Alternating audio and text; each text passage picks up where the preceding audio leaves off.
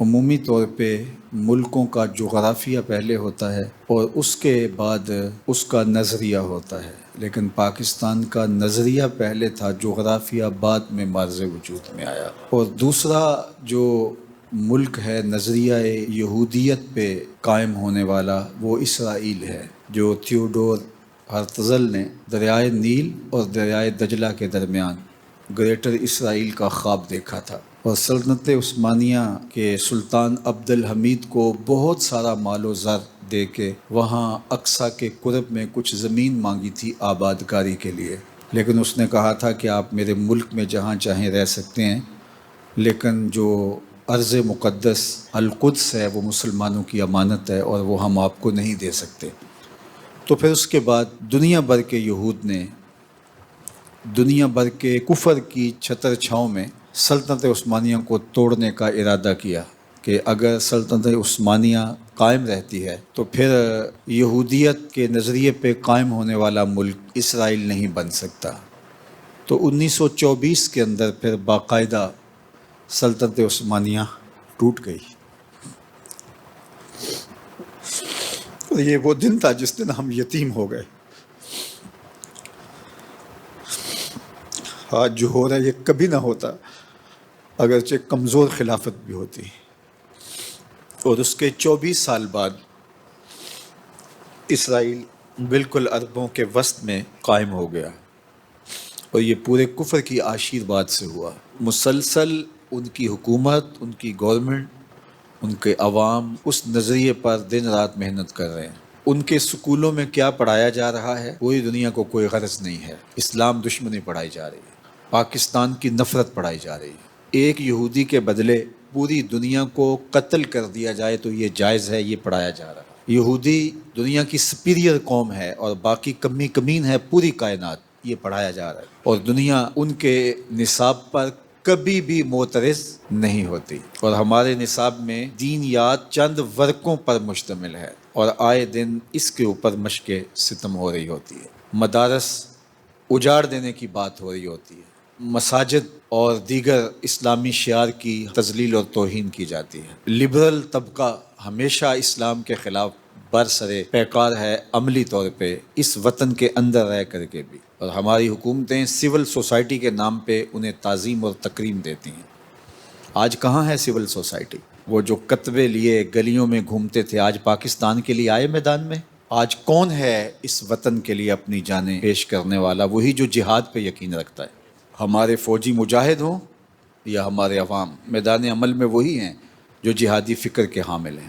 اسرائیل کا بچہ بچہ جہادی ٹریننگ لیتا ہے، ان کی خواتین بھی جہادی ٹریننگ لیتی ہیں۔ کبھی کسی نے بات کی دنیا میں؟ ہمارے خلاف ہی بات کی جاتی ہے، چونکہ ان کے رہبر اس قوم کے جو بڑے ہیں ان کا نظریہ مضبوط ہے، اور ہمارے جو بڑے ہیں وہ خود ہی دو قومی نظریے کے اوپر پورے تیقن کے ساتھ نہیں کھڑے۔ ہماری درسگاہوں کے اندر جو کچھ ہوتا ہے یہ آپ سے پوشیدہ نہیں ہے۔ جس طرح فرنگی روحوں کے بے حس ڈھانچے ہیں، اور پاکستان کی کتنی بڑی یونیورسٹیز ہیں کہ یہاں ایسے باقاعدہ نمایاں نام ہیں جو پاکستان کی آئیڈیالوجی کے خلاف، دو قومی نظریے کے خلاف اور اسلامی شعار کے خلاف عملاً بات کرتے ہیں۔ ہمارا الیکٹرانک میڈیا انہیں پرائم ٹائم دیتا ہے۔ اسرائیل نے پوری دنیا کو فتح کر لیا ہوا ہے، کوئی عرب کوئی عجم اس کے مقابلے میں نہیں ہے، سب کو وہ اپنا غلام بنا چکا ہے۔ کھٹکتا ہے تو صرف پاکستان کھٹکتا ہے، اور یہ کاری وار کیا گیا تھا، اور اس سے انہوں نے پاکستان کے ایٹمی اثاثوں کو نقصان پہنچانا تھا۔ اسرائیل کھل کے سامنے آیا تھا اور دنیا کی ساری طاقتیں پیچھے تھیں، اور پاکستان کے وجود کو مٹا دینے کے لیے کاری ضرب لگائی گئی تھی، لیکن فانوس بن کے جس کی حفاظت ہوا کرے، وہ شمع کیا بجھے جسے روشن خدا کرے۔ یہ چراغ کبھی نہیں بجھے گا، اور ہم پاکستان سے جو ٹوٹ کے محبت کرتے ہیں اس لیے کہ یہ اسلام کی نشأت کی علامت بنے گا، اسلام کی نہضت کا ذریعہ بنے گا۔ سب سے زیادہ تکلیف جس کو ہوئی ہے وہ اسرائیل کو ہوئی ہے۔ انڈیا سے زیادہ اسرائیل چیخ رہا ہے کہ یہ ہوا کیا۔ ہمارا تو خیال تھا کہ اس کے وجود کو ملیا میٹ کر کے رکھ دیں گے اور جشن منائیں گے، اب غصے کے طور پہ قتل عام کر رہا ہے، اور وہاں بچوں کو بھی ذبح کیا جا رہا ہے۔ ایک دن میں کتنی کتنی لاشیں اٹھ رہی ہیں، اور یہ سب کچھ عالمی طاقت کی سرپرستی میں ہو رہا ہے۔ یہ جو ٹرمپ آیا ہوا ہے، اس کو سلامیاں دی جا رہی ہیں خون کی، اور عرب تو اپنا وجود کھو چکے ہیں. تو یہ ایک پاکستان ہے. تو میں آپ سے یہ بھی کہوں گا کہ اس کی تعمیر کے لیے بہت محنت کیجیے. ہم میں سے ہر شخص ملت کے مقدر کا ستارہ ہے. میں اگر منبر و محراب کی ذمہ داریوں کو لیے ہوئے ہوں تو میں ان ذمہ داریوں کو پوری دیانت کے ساتھ نبھاؤں. ہمارے اساتذہ، ہمارے طلبہ، کام کرنے والے، مختلف دفاتر میں کام کرنے والے، کاروبار کرنے والے، تاجر، سب اپنے اپنی جگہوں پہ اس ملک کی تعمیر میں، اس کے خاکے میں رنگ بھرنے کے لیے کوشش کریں. ہم نے اپنے حصے کا کام کرنا ہے. بعض اوقات یہ ہوتا ہے کہ دائیں بائیں دیکھ کے ہم مایوس ہو جاتے ہیں کہ فلاں نوچ رہا ہے، فلاں لوٹ رہا ہے. ہماری تھوڑی سی محنت کیا کام دے گی، کیا رنگ آئے گا؟ لیکن ہمارے ذمے ہمارے حصے کا کام ہے. آپ کو پتہ ہے رات کو جب کتنا اندھیرا ہو جاتا ہے تو کون اس اندھیرے کو ختم کر سکتا ہے؟ لیکن وہ چھوٹا سا پرندہ جس کی پیٹھ پہ لالٹین ہوتی ہے، جگنو جسے کہتے ہیں، وہ اس لالٹین کو لے کر میدان عمل میں آ جاتا ہے کہ مجھ سے جتنے اندھیرے مٹ سکتے ہیں اتنے تو مٹاؤں. تو ہم اپنے حصے کا کام کریں گے، اور مجھے امید ہے، اور بعض اوقات آپ کا کہا ہوا ایک جملہ مجھے بارڈر سے ہمارے فوجی جوانوں کے میسج آئے ہیں. انہوں نے کہا کہ ہمارے اندر بجلیاں کوند گئی، اب آگے آئیں، کچا چبا لیں گے ہم ان کو. اور اس کے علاوہ بھی اعلیٰ افسران سے لے کر نیچے تک ایک حرارت پیدا ہوئی. اب یہ نحیف سی آواز، اور اس آواز کے ساتھ آپ کی ملی ہوئی آواز، جو سب سے توانا آواز گئی ہے اس ملک کے اندر، الحمدللہ اس مرکز سے گئی ہے، جس نے، وہ اقبال نے جو کہا تھا، لڑا دے ممولے کو شہباز سے.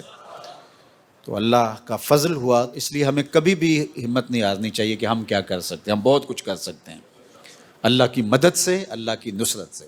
اور ہمیں اپنے حصے کے کام کو کبھی بھی فراموش نہیں کرنا، اور اپنے حصے کا کام کرتے رہنا ہے. انشاءاللہ آ ملیں گے سینہ چاکانے چمن سے سینہ چاک، بزم گل کی ہم نفس باد صبا ہو جائے گی.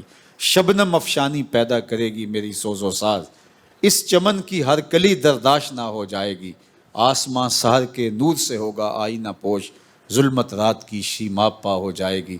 شب گریزاں ہوگی آخر جلوائے خورشید سے، یہ چمن معمور ہوگا نغمہ توحید سے. انشاءاللہ ہم کشمیر بھی لیں گے، غزہ کا بدلہ بھی لیں گے انشاءاللہ. انشاءاللہ. یہ ادھم مچایا ہوا ہے انہوں نے کہ ان کے سر پہ ہے ہی کوئی نہیں، لیکن اللہ ان کی مدد کرے گا انشاءاللہ. ایک ایک بچے کے خون کا حساب لینا ہے اس امت کو. اس امت کے ذمے قرض ہے، قرض ہے اس امت کے ذمے. ایک ایک بچے کا حساب لینا ہے. ٹینکوں تلے روند رہے ان بچوں کو کہ ان کا کوئی وارث نہیں ہے. اللہ آسانیاں پیدا فرمائے.